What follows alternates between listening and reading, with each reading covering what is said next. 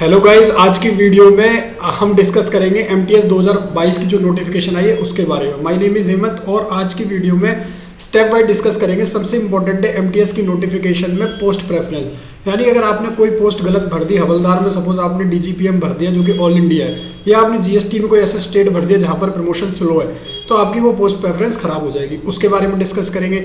फिर डिस्कस करेंगे कि आपके जो एग्जाम में जो पैटर्न में चेंजेस हुए हैं वो क्या हैं, क्योंकि इस बार आपके सेक्शन 1 के मार्क्स नहीं जुड़ेंगे बट सेक्शन 2 के।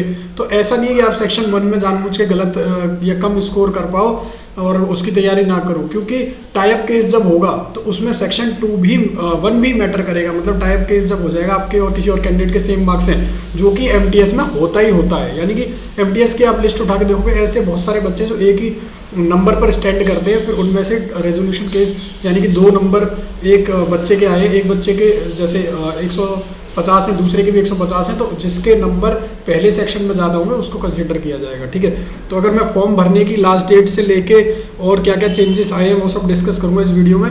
तो चैनल पर नए हो तो चैनल को सब्सक्राइब कर लो, क्योंकि ऐसी इन्फॉर्मेशन और कहीं तो आपको मेरे हिसाब से मिलनी नहीं है। ठीक है, देखिए 18 जनवरी से 17 फरवरी तक ये फॉर्म भरे जाएंगे। आपके लास्ट डेट ये, अगर आपने फ़ोटो अपलोड में कोई गलती कर दी, जो कि बहुत बच्चों ने पिछली बार करी थी, हालांकि हमने उनकी फिर हेल्प भी करी, तो उनका जो है फॉर्म रिजेक्ट हो गया था। ठीक है, मैं वो भी आपको बताऊंगा कि आपका फॉर्म रिजेक्ट ना हो। तो गाइज जैसा मैं आपको बता रहा हूँ, करेक्शन विंडो में करेक्ट हो जाएगा। पेपर की डेट जो है वो अप्रैल में है, कब होगी वो भी बता दिया जाएगा। ठीक है, और एज लिमिट की खासकर बात करूं तो हवलदार में आपकी 27 साल है, बहुत सारे बच्चों को पता ही नहीं होता। और हवलदार अच्छी पोस्ट है एमटीएस से, वो भी डिस्कस करूंगा क्यों।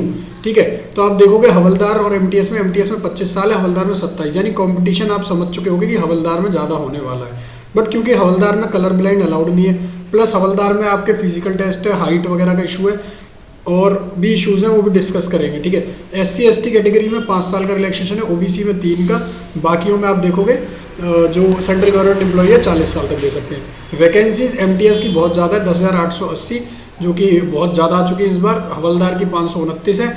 इनकी अपडेटेड वैकेंसी जैसी आएगी इस चैनल पर शेयर कर देंगे। जो बच्चे तैयारी कर रहे हैं उनको बता दूं कि आप एमटीएस का पहले लास्ट ईयर के पेपर सॉल्व कर लेना। सबसे इंपॉर्टेंट है, आप एमटीएस के जितने भी लास्ट ईयर्स के पेपर हैं उन पर फोकस करें, क्योंकि लास्ट ईयर्स में जितने भी एसएससी ने क्वेश्चंस लिए हैं वो टीसीएस पैटर्न के थे।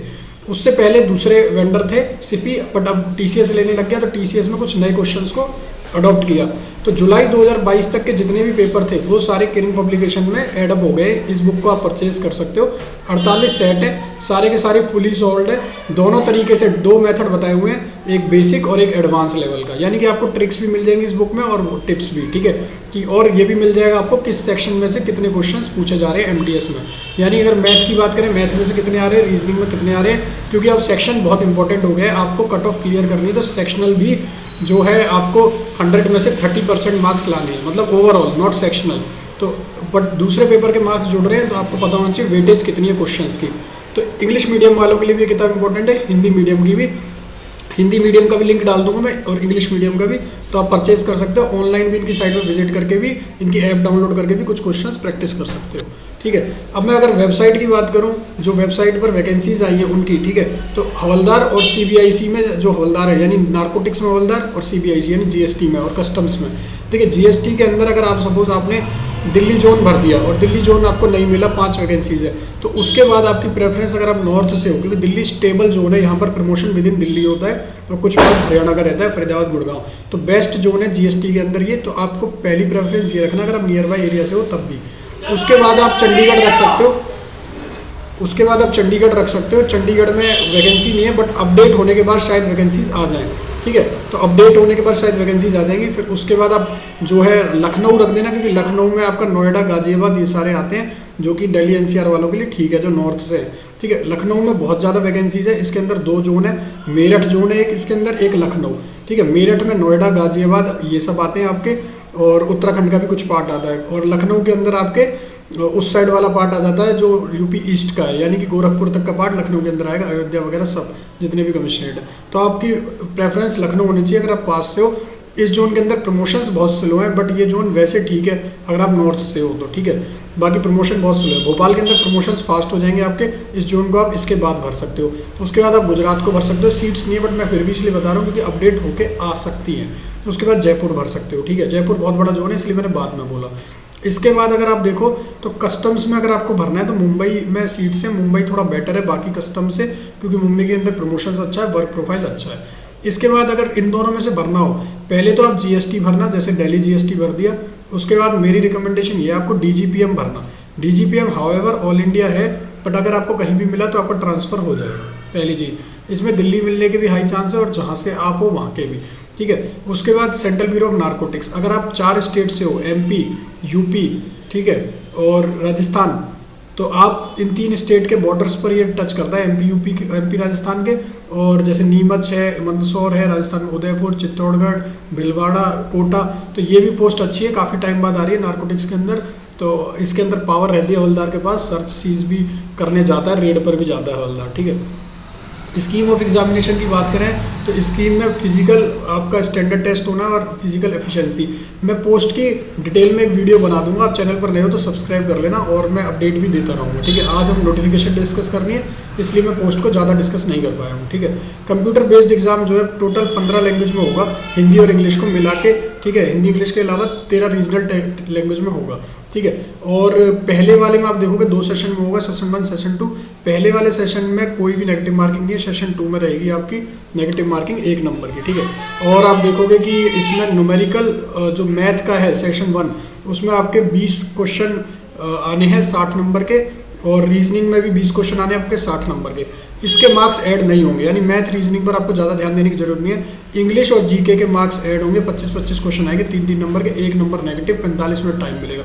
टाइम का कोई इशू नहीं होने वाला है, बट आपको ये सेक्शन भी क्वालिफाई करना है तो आपको पढ़ना पड़ेगा, ठीक है। बुक में आपको बता चुका हूँ, और ये भी बता चुका हूँ कंप्यूटर लैंग्वेज टेस्ट होगा। सिलेबस में आप देखोगे मैथ में जो स्टैंडर्ड सिलेबस है वही रहने वाला है, रीजनिंग का भी वही रहने वाला है जो एसएससी के बाकी एग्जाम्स में रहता है। जनरल अवेयरनेस का आप थोड़ा सा ध्यान से पढ़ लेना, सारा लूसेंट की बुक लेकर इसको पढ़ सकते हो, जीए का, ठीक है। इंग्लिश में आप कोई भी बुक ले लेना, जैसे जो है एसपी बख्शी बुक ले लेना, नहीं तो आप पैरामाउंट की बुक आती है, या फिर केडी कैंपस की वो बुक ले लेना, नीतू सिंह की, वो भी ठीक है, ठीक है।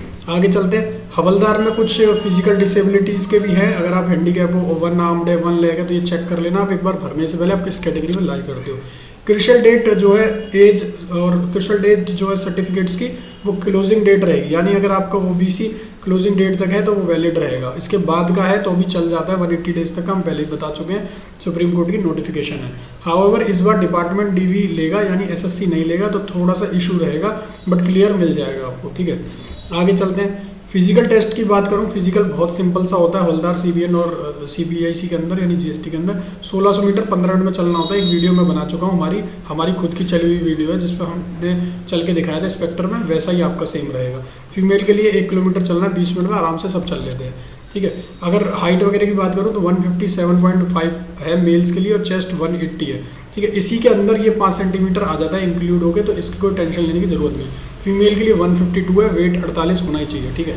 और वैकेंसीज जो है वो मैंने बता दी आपको, ऑल इंडिया पोस्टिंग रहेगी सीबीआईसी में। कैडर कंट्रोल अगर आपका जो मिलता है, दिल्ली मिला तो दिल्ली के अंदर ही होगी, पहली चीज़। डीजीपीएम के अंदर ऑल इंडिया होगी जैसे मैंने बताया, और सीबीएन के अंदर ग्वालियर एमपी, और नीमच मध्य प्रदेश, लखनऊ उत्तर प्रदेश, कोटा राजस्थान यहाँ होगी, ठीक है। कहाँ पर भी पोस्ट कर सकते हैं। जो लोग नए हैं और जिन्हें नहीं पता, टेस्ट सीरीज अगर दोगे तो टेस्ट बुक की दे लेना, टेस्ट बुक पर आपको पास जो है वो मिल जाएगा 269 रुपीज़ का। इनकी सेल चलती है, तो अभी सेल चल रही है, CORE कोर करके कोड वर्ड यूज़ कर लेना। हमारा ये कोड वर्ड लगाते ही आपको 10% का इंस्टेंट डिस्काउंट मिल जाएगा। ये अभी लोएस्ट प्राइस चल रहा है इनका, वैसे इनका रेट 400 रुपये रहता है, अभी 300 है, बट डिस्काउंट मिल जाएगा 269 रुपीज़ पर पड़ेगा अगर हमारा, क्योंकि टेस्ट लगाने आपको बहुत ज़रूरी है। जब आप टेस्ट लगाओगे तभी आपको समझ आएगा कि आप कहाँ पर स्टैंड कर रहे हो, आप एफिशिएंटली वर्क कर पाओगे, एक्यूरेसी अपनी देख पाओगे कितनी है आपकी एक्यूरेसी। एक लीडरशिप बोर्ड जनरेट होता है जिसमें आपको पता चलता है कितने और कैंडिडेट हैं, जैसा एसएससी के एग्जाम में होता है। सेम ऑनलाइन टाइप का टेस्ट पैटर्न रहेगा, आप उसमें बैठोगे, 1 घंटा आपका रहेगा, और 45 मिनट जैसे आपके इंग्लिश और उसके रहेंगे।